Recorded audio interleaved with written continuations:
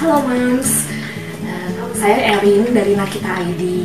Kali ini saya akan menjelaskan sama Mams gimana sih cara menyimpan bahan makanan yang tepat di kulkas. Karena apa? Karena kalau tidak disimpan dengan benar dapat terkontaminasi bakteri dan akibatnya buruk untuk kesehatan. Yuk disimak Mams. Nah, yang pertama, ternyata untuk menjaga telur tetap segar, itu sebaiknya jangan ditaruh di rak plastik ini ya Mams. Karena kalau ditaruh di sini, suhu pintu kulkas itu adalah yang lebih tinggi dibandingkan bagian kulkas yang lain.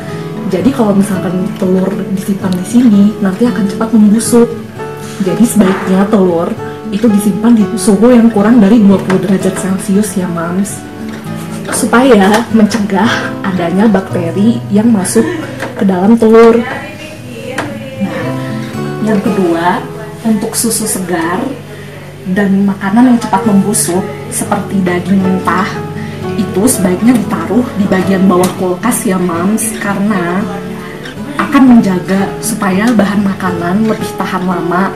Karena bagian di sini itu adalah bagian di dalam kulkas yang lebih tinggi dibandingkan bagian kulkas yang lain. Berikutnya, saya akan menjelaskan apa aja sih bahan makanan yang nggak boleh ditaruh di dalam kulkas. Yang pertama, itu sambal.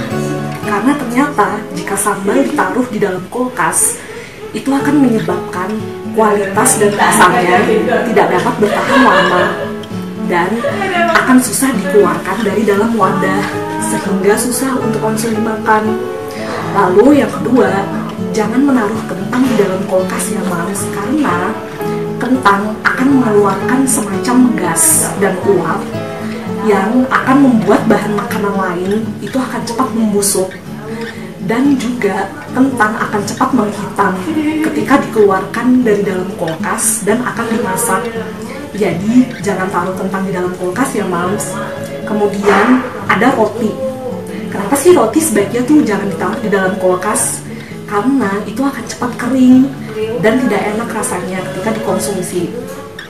Kemudian ada bawang merah dan bawang putih yang sebaiknya itu ditaruh di suhu ruangan aja ya Mams.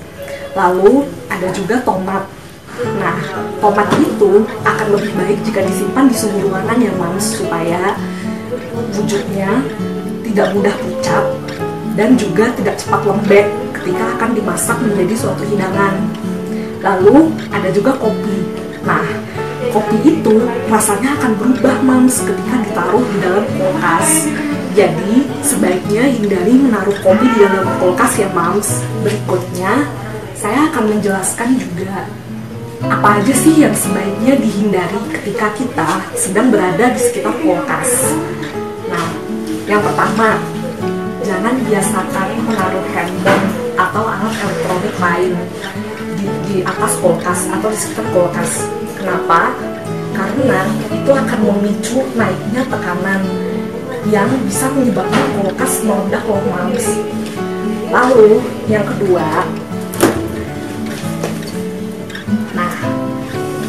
jangan pernah menaruh minuman bersoda di dalam freezer ya Mams, karena suhu di dalam kaleng minuman akan berubah dan akibatnya itu bisa mengakibatkan ledakan.